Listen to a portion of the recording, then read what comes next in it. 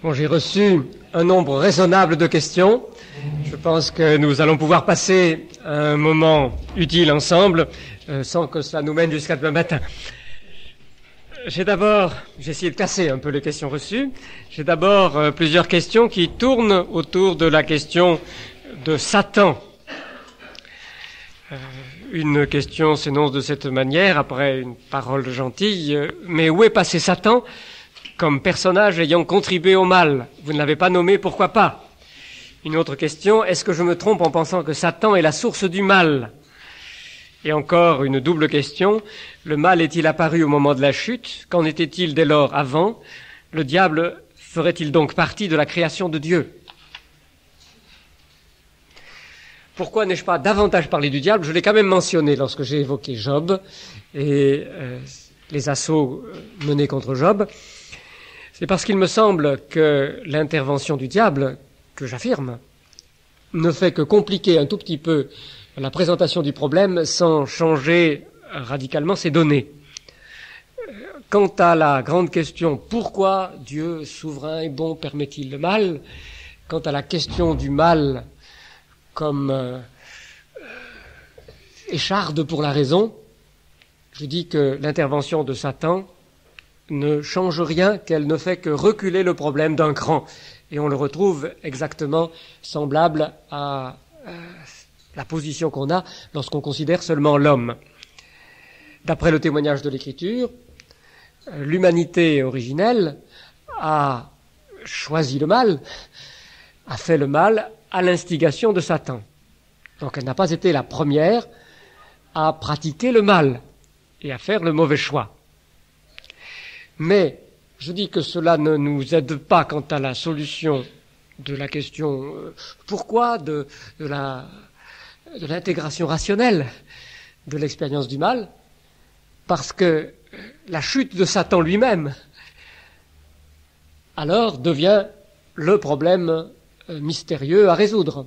Et comme la Bible en dit beaucoup moins qu'elle n'en dit sur la chute de l'homme, je pense que je pouvais m'abstenir d'en parler de manière développée. Mais enfin maintenant, puisque je suis interrogé, je vais quand même donner quelques précisions.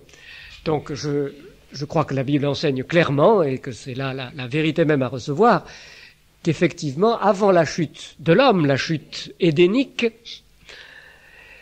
il y a eu déjà choix mauvais de la part d'un autre être qui reçoit dans l'Ancien Testament le nom de Satan, qui au départ est un nom commun, ça veut dire celui qui s'oppose en justice, l'accusateur d'abord. C'est le Satan. Lequel terme a été traduit diabolos en grec avec un sens à peu près semblable, de telle sorte que nous avons deux termes d'usage fréquent, Satan et diable maintenant, qui est la simple francisation de diabolos en français. Et puis le Nouveau Testament a rajouté d'autres titres qui étaient en usage dans le judaïsme de son époque, mais qui ne le sont pas dans l'Ancien Testament, dans la première partie de la Bible. Comme par exemple Béelzébul, ou le prince de la puissance de l'air, ou le prince de ce siècle par exemple, ou le malin, c'est-à-dire celui qui est mauvais de manière suprême parmi les créatures. Alors ce Satan qui a tenté le premier homme ou le premier couple, bon, je ne pense pas que son intervention résolve le problème de l'origine du mal pour notre raison, à deux égards. D'abord, l'homme et la femme n'avaient aucune raison de céder à sa tentation. Sa tentation leur venait purement et simplement de l'extérieur. Ils étaient dans l'harmonie de Dieu. Ils avaient toute la beauté du jardin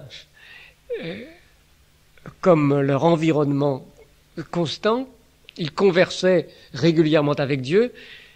Il n'y avait aucune faille dans leur constitution, aucune faiblesse, aucun germe dans leur nature qui explique qu'ils aient cédé au tentateur. Donc c'est une première considération qui montre qu'on ne donne pas une explication rationnelle de la chute de l'homme lorsqu'on dit « mais il a été tenté par le diable ». Il a été tenté, mais pourquoi est-il tombé? C'est là le problème. Or, il n'avait aucune raison de tomber. La deuxième considération, c'est que le diable lui-même est présenté dans l'Écriture comme une créature de Dieu. Ce n'est pas un dieu du mal. Ce n'est pas un premier principe qui s'opposerait au premier principe bon que serait Dieu. La Bible n'adopte pas du tout le dualisme de la religion perse, où vous avez Hormuzd, le seigneur sage d'un côté, et puis l'esprit mauvais, Ahriman, en face. Non, le diable n'est pas Ahriman. Le diable n'est pas un principe éternel. Le diable est une créature. Déjà, la figure qui le représente au chapitre 3 de la Genèse est soulignée comme le serpent parmi les animaux que l'Éternel Dieu avait fait. Et ensuite, le reste de la Bible nous dit bien que le diable est une créature, car il compte parmi les autorités, les principautés des lieux célestes révoltés contre Dieu, dont il nous est dit au chapitre 1er de l'Épître aux Colossiens que c'est en Christ que tous ces êtres ont été créés, en Christ comme Fils éternel, comme Verbe divin. Et l'Épître aux Romains au chapitre 8 dit aussi, après avoir parlé de toutes ces puissances spirituelles célestes dont le diable est la première, ni aucune autre créature ne pourra nous séparer de l'amour de Dieu manifesté en Jésus-Christ notre Seigneur. Donc, il compte parmi les créatures. Le diable est une créature. Or, une créature est forcément créée bonne, et entièrement bonne par Dieu. Ça, c'est un principe biblique intangible. Et nous l'avons énoncé, par exemple, dans la première épître à Timothée, au chapitre 4. Toute créature de Dieu est bonne. Puisqu'une créature procède de Dieu et de lui seul, c'est par sa parole qu'elle advient à l'être. Elle tire tout de lui, pas par émanation, mais par son libre vouloir. Venant de Dieu bon, elle ne peut être qu'entièrement bonne. Donc si le diable se manifeste dès le jardin d'Éden comme un malin, un être voué au mal, c'est contre sa création. Et ce moment-là, il a lui-même choisi le mal d'une façon aussi inexplicable et donc inexcusable qu'Adam lui-même est tombé, qu'Adam et Ève eux-mêmes sont tombés.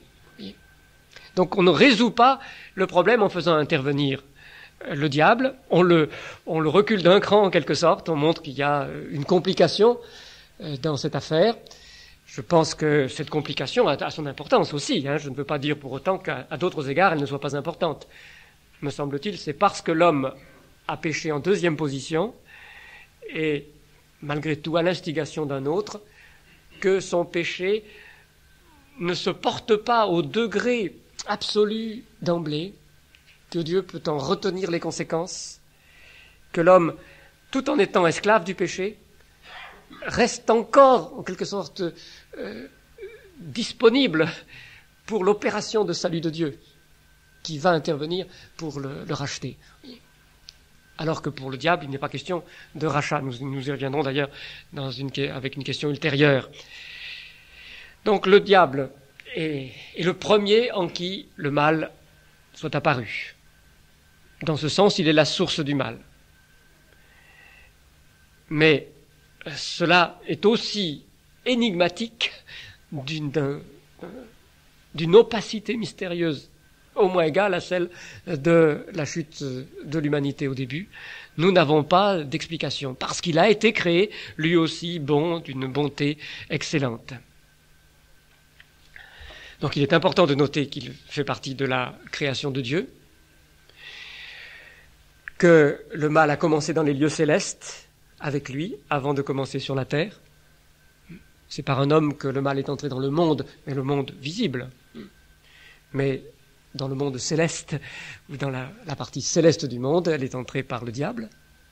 Il est entré par le diable, le péché, le mal. Avant la chute du diable, alors là, c'est là que je reviens à ce que j'ai essayé d'exprimer tout à l'heure, avant il n'y a pas de mal ni de germe de mal.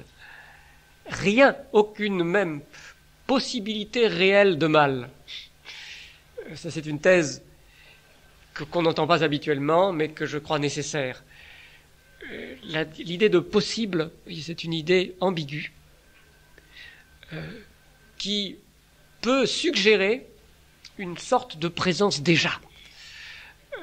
Le mal, à l'état de virus, de germe, pas encore développé, latent, mais quand même déjà là. C'est ce que j'appelle le possible réel. C'est une formule qu'on trouve par exemple chez Kierkegaard et chez d'autres penseurs. Or je dis que si on parle de possibilité, en considérant que c'est déjà quelque chose qu'une possibilité, il faut exclure de la création de Dieu toute possibilité de mal. Bien sûr, on peut toujours dire abstraitement, s'il y a le bien, on peut penser l'inverse en disant mal, mais ce n'est pas une possibilité réelle. C'est une pure abstraction. Il n'y a rien qui ne soit autre, qui soit pure harmonie, comme venant de la bonté même de Dieu. Donc avant la chute de Satan, puisqu'on l'appelle chute en général, il n'y a aucun germe de mal, aucune préparation pour la venue du mal. Il n'y a qu'harmonie, et le mal est pur désordre, donc totalement inexplicable et inexcusable. Chez le Satan d'abord, et ensuite dans l'humanité. Voilà comment je crois pouvoir répondre aux questions qui ont été posées. Vous voyez pourquoi je n'en avais pas parlé. C'était pour ne pas compliquer quelque chose qui était déjà assez. J'ai parlé assez longtemps, je pense, mais maintenant les choses devraient être claires. Alors, je viens à une autre question maintenant, une double question aussi. Peut-on imaginer que Dieu ignorait que l'homme commettrait le mal ? Peut-on imaginer que Dieu savait que l'homme serait esclave du mal ? Le verdict de la Bible me semble là parfaitement net. Il n'est pas question d'imaginer que Dieu ignorait, et il faut affirmer que Dieu savait très bien, oui, tout. Et que non seulement il savait, en vertu de sa préscience, mais que c'est son plan même, c'est ça qui rend le problème une épine, une écharde pour notre raison. Si Dieu n'était pas parfaitement aux commandes, si Dieu était obligé de lâcher quelque chose, alors on dirait, bon, c'est pour ça, il est obligé de lâcher. Mais le témoignage de la Bible, c'est que le Dieu parfaitement bon, qui est le mal, et le mal se définit, j'y reviendrai tout à l'heure, par l'opposition à Dieu, là, ce qui est dissemblable de Dieu, que ce Dieu-là, dans sa souveraineté, permette le mal. Alors, moi je ne le comprends pas, je ne peux pas le comprendre. Mais c'est ce qui me permet aussi d'espérer, avec une pleine assurance, que le mal sera totalement éliminé. Dieu me l'ayant promis. Alors, que Dieu savait, mais bien sûr, il nous a dit que nous avons été élus pour le salut en Jésus-Christ dès avant la fondation du monde. Donc, Dieu n'est pas pris au dépourvu, Dieu ne travaillait pas à l'improviste, non, ça c'est clair. Mais comment alors joindre avec sa bonté, ça c'est ce que nous ne comprenons pas. Je ne prétends nullement vous donner une solution facile au problème qui a torturé tant de ménages et de cœurs. Non, pas du tout.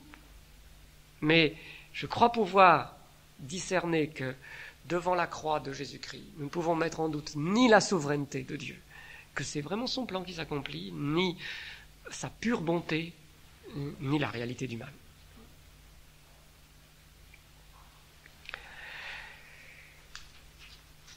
Si à la croix, le mal a été vaincu, alors se pose une autre question que je n'ai pas traitée tout à l'heure, je le reconnais. Une question que j'ai sous les yeux évoque deux passages bibliques qui soulignent très fort que la victoire a été remportée sur le mal. Le passage de l'Épître aux Éphésiens, au premier chapitre, les versets 20 à 22, où il est dit que Jésus-Christ est élevé au-dessus de toutes ces autorités et puissances du diable et de toutes ses troupes révoltées, qu'il les domine, qu'elles sont sous ses pieds. Et l'Épître aux Colossiens, au chapitre 2, versets 13 à 15, souligne qu'à la croix, Jésus-Christ a livré publiquement en spectacle qu'il a dépouillé de leur puissance tous ces êtres hostiles. Alors la question se lit, Jésus a vaincu tout le mal depuis la croix, et toutes les principautés lui sont soumises, toutes les forces du mal sont sous ses pieds. Quelle explication peut-on donner pour comprendre l'existence et la force du mal encore évidentes jusqu'à ce jour ? Que dire de cette réalité en rapport à l'ordre des choses en fonction de la fin des temps ? C'est effectivement une question difficile où il ne me semble pas qu'il suffise de dire c'est toujours ce mystère opaque, c'est toujours cette même difficulté sur laquelle nous butons. Parce que là, c'est quand même un peu autre chose. C'est le fait que la victoire ayant été remportée, elle se voit si peu. Je peux résumer un petit peu la formule comme ça. Il me semble que plusieurs solutions à ce problème sont des solutions qui ne jouent pas. La solution qui voudrait que Jésus se soit trompé, que la fin des temps prévue comme élimination immédiate ait été reportée pour d'autres raisons, parce que le peuple juif en particulier avait refusé son Messie. Ces solutions ne me semblent pas des solutions satisfaisantes du problème. Quelle solution ? Je crois que la solution que la Bible suggère, c'est que le temps dans lequel nous sommes, dans le plan de Dieu, l'économie, dispensation, comme vous voulez l'appeler, est le temps de la patience pour le salut de ceux qui doivent bénéficier de la libération opérée par Jésus-Christ. C'est quelque chose qui me semble être vraiment très clairement marqué dans plusieurs passages du Nouveau Testament que j'évoque rapidement. Il y a le passage que je viens d'évoquer par le langage même que j'ai employé de la seconde épître de Pierre au chapitre 3, où il est question de ce délai. La fin du monde n'arrive pas, ce qui sera l'élimination du mal. Alors il y a des gens qui vont ricanant en disant « Mais où est la promesse de son avènement ?» Et Pierre explique très clairement que c'est à cause de la patience de Dieu, ne voulant pas qu'aucun périsse, pour donner un maximum de chances de recevoir le salut offert, que Dieu laisse le temps s'écouler. C'est sa patience, la patience de Dieu et votre salut, dit le texte. Et d'ailleurs, Pierre suggère que nous pouvons non seulement attendre, mais hâter le jour. Il ne dit pas comment, précisément dans ce passage, mais on peut comprendre que si ce temps est prévu par Dieu pour que ceux qui doivent saisir le salut le saisissent, alors c'est en rendant témoignage de façon plus zélée, en multipliant les actions missionnaires, que nous hâtons la venue du jour où tout sera résolu. Alors il y a ce passage donc. Il y a le passage dans l'Apocalypse où nous lisons, c'est au chapitre 7 je crois, attendez, non c'est chapitre 6, bon, je vérifie, où nous voyons les âmes des chrétiens, des témoins fidèles du Seigneur, qui se trouvent dans le temps présent, au ciel.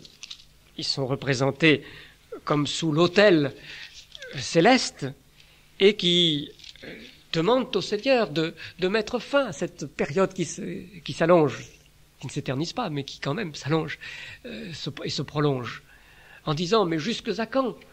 Jusque à quand vas-tu attendre cela ?» Chapitre 6, en effet. Il criait d'une voix forte, verset 10, « Seigneur saint et véritable, jusque à quand attendras-tu pour juger les habitants de la terre et les punir de nous avoir mis à mort ?» On donna à chacun d'eux, dit Jean, parce qu'il voit ça, n'est-ce pas, dans sa vision spirituelle, on leur dit de se tenir en repos encore un peu de temps, jusqu'à ce que soit complété le nombre de leurs frères et compagnons de service qui devaient être mis à mort comme ils avaient été eux-mêmes. Il faut que tous ceux qui doivent devenir témoins du Seigneur dans le cours de l'histoire, leur nombre complet soit atteint pour que l'histoire puisse atteindre son terme. Là, le rapport est là clairement énoncé. Et il y a aussi le passage dans l'évangile de Matthieu, au chapitre 24, où Jésus-Christ annonçant la venue de la fin, et en avertissant ses disciples d'ailleurs, que ce ne sera pas tout de suite la fin, que ce ne sera que le commencement des douleurs quand il y aura des guerres, des persécutions, etc. Ce ne sera que le commencement des douleurs. Leur dit, la bonne nouvelle du royaume, cette bonne nouvelle du royaume doit être prêchée à toutes les nations pour servir de témoignage, alors viendra la fin. Jésus semble bien, dans ce passage, faire un rapport entre cette espèce de report, de retard de la fin qu'on attendrait toute proche, puisque la victoire est acquise, et le travail missionnaire qui doit permettre aux humains de saisir, s'ils se tournent dans la foi vers Dieu, le salut qui est offert, c'est-à-dire la libération du mal. Donc il y a plusieurs passages qui nous montrent que si un temps où la victoire n'est pas manifestée se prolonge, c'est pour que l'évangélisation du monde puisse continuer et avoir son effet. Mais alors il faut essayer de réfléchir théologiquement à propos de ce qui est ici enseigné. Qu'est-ce que cela veut dire ? Je crois que cela veut dire que Dieu ne veut pas sauver automatiquement. Dieu, parce qu'il veut instaurer un rapport spirituel de réconciliation de fils à père avec lui, fils-fille à père avec lui, ne veut pas dire, à partir du moment où Jésus-Christ a remporté cette victoire, tous les hommes sont sauvés automatiquement. Ce n'est pas comme ça que veut procéder Dieu. Il veut que ce soit une réponse personnelle par laquelle l'homme se détourne du mal comme il s'y était engagé, et lui dise oui, grâce à Jésus-Christ, c'est de cette façon que Dieu veut que l'homme accède à la libération du mal. Or, cela ne se peut que si le vieux monde continue d'exister, que si les conditions extérieures ne sont pas d'un coup renouvelées et restaurées. Si d'un seul coup ce monde pourri en quelque sorte était rénové, il y aurait contrainte, il n'y aurait plus ce mouvement que Dieu veut de ceux qui doivent se joindre à son Fils pour bénéficier du salut. Donc il y a un sursis au vieux monde et au vieux régime d'existence de l'humanité pour que l'évangélisation puisse s'y déployer et que tous ceux qui croiront soient sauvés. Alors en ce qui concerne les puissances qui sont vaincues, je pense qu'on peut dire que la représentation biblique pour ce temps-là, c'est qu'étant radicalement vaincus, dépouillés de leurs moyens d'action dans le principe, elles ne sont pas d'un seul coup réduites à une totale inaction, mais que Dieu, ou Jésus-Christ, de manière progressive, les met sous ses pieds. Car il y a plusieurs passages qui suggèrent que le temps qui commence à l'ascension, donc qui est la conséquence de la victoire de la croix, est le temps où Dieu met sous les pieds de son Messie tous ses ennemis, en les dépouillant successivement en quelque sorte. C'est une œuvre qui se déploie progressivement. Cela, je le tire surtout de la première épître aux Corinthiens ou du chapitre 15, où Paul tire de cela l'argument de la résurrection finale en disant « le dernier ennemi qui sera ainsi vaincu et mis sous les pieds, c'est la mort. » Alors là, ce sera la résurrection. La victoire sur la mort, c'est la résurrection. Donc, dans son règne militant, son règne conquérant sur la base de la victoire de la croix, Jésus-Christ dépouille en quelque sorte progressivement de leur puissance ses adversaires. Ils sont vaincus dans le principe, mais ils ne sont pas rendus totalement inactifs d'emblée. Et pourquoi cela ? Alors là, je ne suis pas en mesure de le clarifier peut-être parfaitement. En tout cas, je ne vois pas une réponse parfaitement claire dans l'Écriture, mais je pense que c'est en liaison avec ce sursis donné au vieux monde comme le lieu nécessaire de l'évangélisation. Comme l'action de ces puissances est très liée au vieux monde, qu'en particulier il semble que ces puissances aient une action dans les coulisses de l'histoire, dans la destinée des nations, par exemple. On voit ça déjà dans le livre de Daniel. Je pense que le fait que les puissances et dominations vaincues ne soient pas anéanties d'un coup est lié au fait que le vieux monde doit subsister encore un temps pour que l'évangélisation y ait lieu.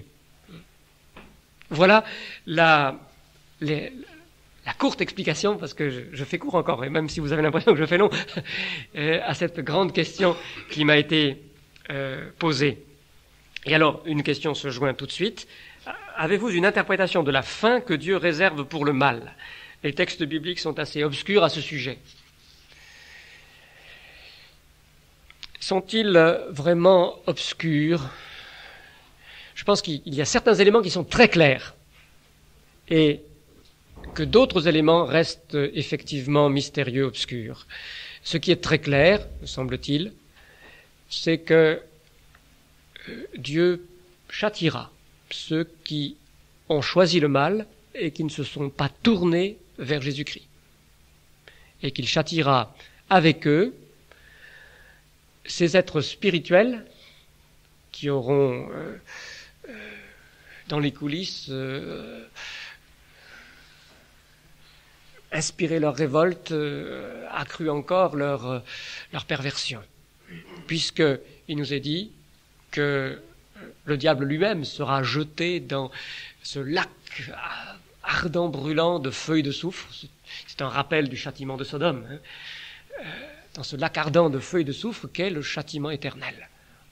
Le diable lui-même, avec, dans le langage de l'Apocalypse, la bête et le faux prophète, c'est-à-dire les personnages qui sont ces instruments de choix au moment du paroxysme de ces efforts d'hostilité. Donc, en ce qui concerne les hommes et le diable et les démons, je pense qu'il est clair qu'ils subissent un châtiment qui est appelé châtiment éternel dans l'Écriture. La deuxième chose qui me paraît parfaitement claire, c'est que le mal, lui, est aboli, qu'il ne se commet plus, qu'il n'y a plus aucune trace de mal qui subsiste. Car le châtiment n'est pas un mal, le châtiment c'est le redressement, c'est la satisfaction de la justice, c'est le retour à l'ordre de ce qui était désordre. Donc, ce châtiment n'est pas un mal, c'est l'élimination du mal même, touchant les responsables, qui portent leurs responsabilités. Je pense que cela aussi doit être affirmé, et c'est pourquoi nous avons des formules qui montrent que la victoire est totale, que par la croix, qui est la victoire, qui sera manifestée lorsque le Seigneur Jésus reviendra, tous les êtres, y compris les démons, ont été réconciliés. Pas réconciliés dans le sens qu'ils ont maintenant part au salut, mais dans le sens qu'ils sont remis dans l'ordre. C'est ce que dit, n'est-ce pas, l'Épître aux Colossiens, au 1er chapitre. Là, elle est extrêmement forte, et parfois certains chrétiens lisent ces versets sans bien les comprendre. Il a réconcilié, Dieu a établi la paix par la mort de son Fils à la croix, et a ainsi réconcilié toutes choses avec lui, soit sur la terre, soit dans les cieux. Toutes choses ou tous les êtres. On peut traduire comme on veut sur ce point par rapport à l'original en grec. C'est le verset 20, donc, de ce passage. Oui, c'est une victoire totale que celle que remporte le Seigneur, et plus aucun mal ne subsiste et ne se commet. Alors ça, c'est, me semble-t-il, aussi tout à fait certain. À partir de là, j'avance une troisième thèse que, curieusement, peu de gens ont émise et qui pourtant me semble une conséquence de cette deuxième. Mais étrangement, ça ne correspond pas aux représentations que beaucoup de gens se sont faites. Cela veut dire que ceux-mêmes qui seront punis lors du châtiment approuveront leur châtiment, ne désireront rien d'autre que de subir ce châtiment. Parce que si les hommes condamnés, et le diable même, grinçaient des dents contre Dieu, cela voudrait dire un péché qui continuerait de se commettre, qui aurait du mal, qui se produirait perpétuellement et reproduirait. Donc il n'y aurait pas réconciliation dans le sens de remise en ordre de tous les êtres. Il n'y aurait pas toute langue confesse, pour prendre une autre parole de la Bible, toute langue confesse que Jésus-Christ est Seigneur à la gloire de Dieu le Père. Le fait que le mal soit entièrement vaincu, comme la Bible l'affirme, signifie que ceux qui auront sur eux la responsabilité d'un mal qu'ils auront commis sur terre, dans les lieux célestes, et dont ils ne se seront pas repentis, dans se voyant enfin comme Dieu les voit en vérité, ne pourront qu'approuver leur jugement, ne pourront que dire oui, c'est ce que j'ai mérité et je suis dans l'ordre de Dieu en le subissant et je ne peux désirer autre chose. Moi, il me semble que c'est une conséquence nécessaire de ce que la Bible révèle à cet égard et que ça change beaucoup nos représentations parce qu'il y a beaucoup de gens qui s'imaginent que l'enfer est un lieu de révolte contre Dieu perpétuelle, de haine, par exemple, continuellement entretenu. Mais la Bible ne le dit nulle part. Nulle part. Souvent, on rajoute d'ailleurs le diable comme une espèce de dieu des enfers, mais pas du tout. L'enfer, si on veut employer ce terme, est un châtiment infligé au diable dans le texte biblique. Il y est jeté comme châtié. Alors, comment comprendre ces grincements de dents, ces pleurs et grincements de dents dont il est question? Ce n'est pas des pleurs et grincements de dents contre Dieu, ce sont ceux, me semble-t-il, du remords. Ils se voient tels qu'ils sont et ils jugent leur propre péché à la lumière de Dieu comme horrible et ils savent qu'ils l'ont commis. Et c'est cela leur pleurs et grincements de dents, du remords. Oui. Alors j'ajoute encore un élément qui me paraît s'imposer, c'est un état fixe. Là, je ne vais pas développer parce que ça nous écarte un peu du sujet, mais quand même je le mentionne. Là encore, pour les représentations, c'est important. Je crois que c'est un état qui dure, d'après la Bible, mais c'est la mort. C'est la seconde mort, c'est la mort. C'est un état de mort. Or, une des composantes de la notion de mort dans la Bible, c'est qu'il n'y a pas de renouvellement, qu'il n'y a pas d'activité. S'ils sont morts, c'est pas une survie, même dans la souffrance. Ils sont morts dans la souffrance. Ça ne veut pas dire inconscient, parce que la mort, ce n'est pas l'inexistence. Mais, me semble-t-il, ça veut dire fixité. Si vous voulez une image, mais c'est une pauvre image, bien sûr, mais le film s'arrête et vous n'avez plus sur l'écran qu'une seule image fixe. C'est l'image finale. Après avoir vécu, la dernière image, c'est comment il se voit dans la lumière de Dieu. Il se voit dans l'horrible culpabilité où ils se sont mis, et ils en ont le remords. C'est là la souffrance, mais c'est tout. Il n'y a pas d'autres étapes, voyez. C'est cette vue qui est là, finale. Voilà, me semble-t-il, comment...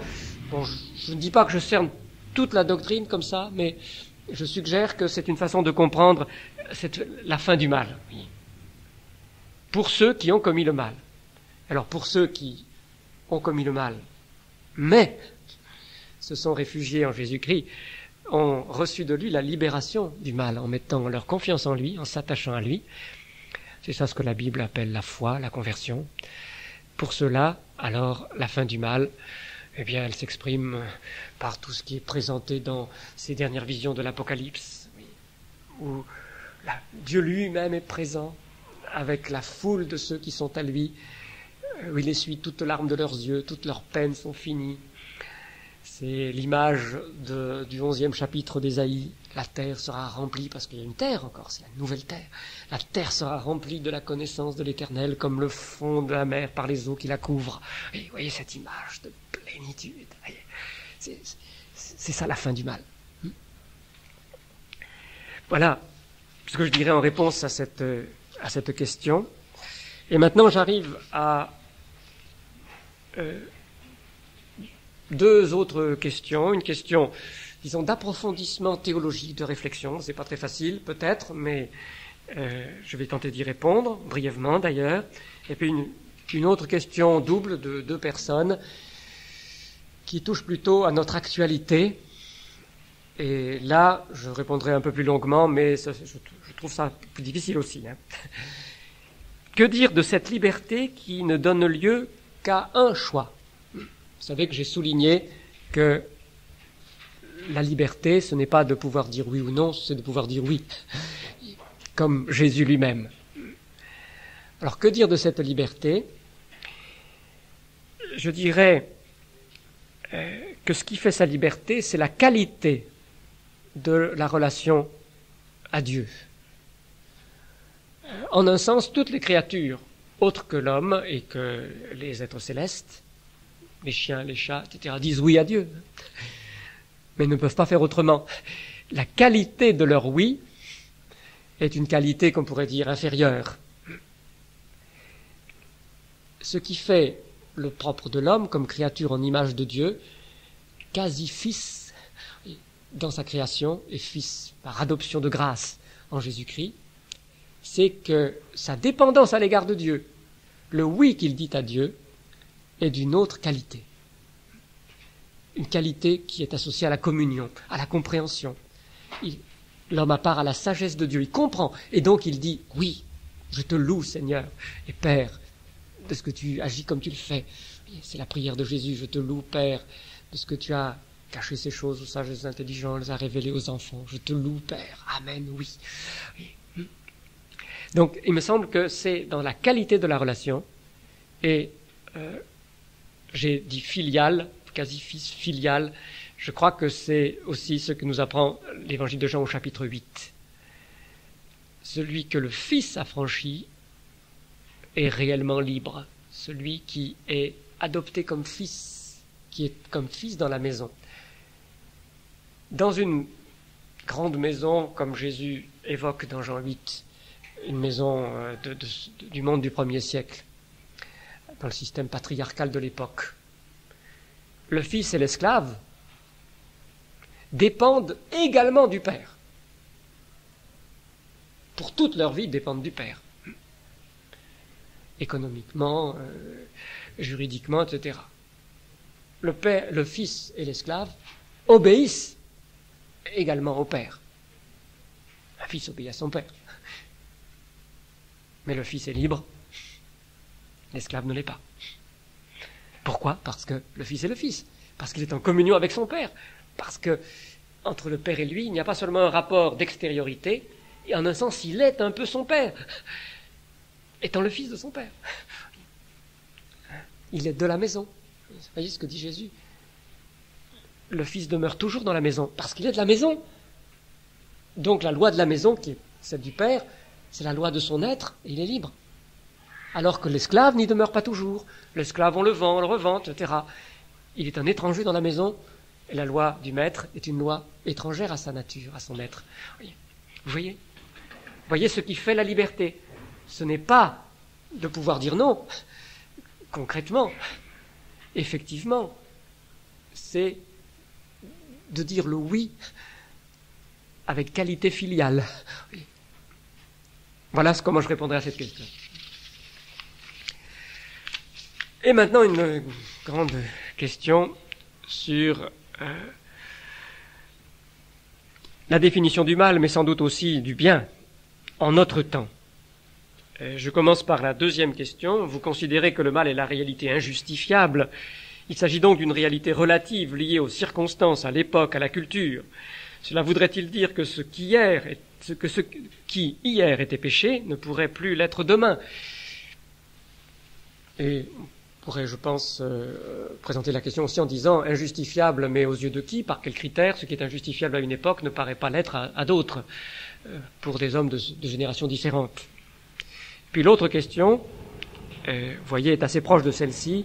Au Moyen-Âge, c'était une structure morale enseignée par l'Église chrétienne que celui qui faisait le bien et vivait honnêtement serait récompensé d'une vie vertueuse et qu'il vivrait parce qu'il aurait la vie, je pense. Celui qui a posé la question me dit qu'il n'est pas francophone, alors je modifie légèrement la façon de l'énoncer. Vous avez parlé du mal, du choix mauvais, la tragédie de la situation humaine, l'exemple de Job, etc. Actuellement, la société a changé. Des phénomènes problématiques tels que le chômage, les universités, enfin je pense que c'est des troubles dans les universités, l'inadaptation de l'enseignement universitaire ont paru, qui rendent cette morale fausse. On n'est plus certain du bonheur et d'avoir le bonheur en gardant l'ancienne structure morale. Malheureusement, la pensée continue cependant que cette structure reste bonne. L'Église n'a pas changé son enseignement. Cet enseignement est alors démodé. Pouvez-vous proposer une autre qui reflèterait la situation moderne? Donc voilà la question, vous voyez, qui est quand même liée à la première que j'ai lue, en ce sens que l'accent est mis sur la différence de situation et de conviction répandue dans la société quant au bien et au mal. Alors je commence d'abord par m'expliquer sur mon accent sur le mal comme injustifiable réalité. Je n'ai pas voulu procéder à la manière d'un mathématicien avec grande rigueur méthodique, parce que je pense que ce n'est pas possible. Effectivement, lorsque l'homme est prisonnier de son mal, du mal qu'il a choisi, qu'il est esclave du péché, pour reprendre l'expression de Jésus, sa vision se tord, se brouille, il ne voit plus les choses correctement, et de manière plus ou moins accusée, il déforme les valeurs, il déforme les échelles de valeurs, et il peut très bien arriver à dire le bien mal et le mal bien. Il y a d'ailleurs, contre toute dialectique, un avertissement du prophète Ésaïe au chapitre 5 et au verset 20. J'ai failli le citer tout à l'heure, mais je suis passé plus vite. Malheur à ceux qui disent le bien mal et le mal bien. Et de ce fait, c'est vrai qu'on ne peut pas obtenir par simple consultation un accord sur ce qui est bien et ce qui est mal. C'est vrai que c'est seulement dans la lumière de Dieu qu'on voit les choses telles qu'elles sont. Et que tant qu'on ne l'a pas fait, on tâtonne plus ou moins dans la pénombre ou dans la ténèbre. Oui. Donc, je me suis servi d'une expression floue, un peu vague, injustifiable réalité, parce que je sais, et par la Bible je le sais, mais aussi par l'expérience qui le ratifie, que malgré son égarement, l'homme ne cesse pas d'être une créature de Dieu, que Dieu, dans ce qu'on appelle sa grâce commune, qui maintient la vie, pour que ce monde est un sursis, empêche le mal de produire tous ses effets, et que donc il reste chez les humains un certain sens, déformé certes, mais quand même, il reste comme un noyau qui est encore assez substantiel. Et surtout, quand on ne considère pas les théories, mais les réactions premières. Les théories universitaires, oui, elles peuvent proliférer monstrueusement comme des plantes élevées en serre, voyez. Et vous pouvez avoir des paradoxes horribles, abominables, proférés par les messieurs les plus distingués. Mais oui, mais pratiquement dans la vie de tous les jours,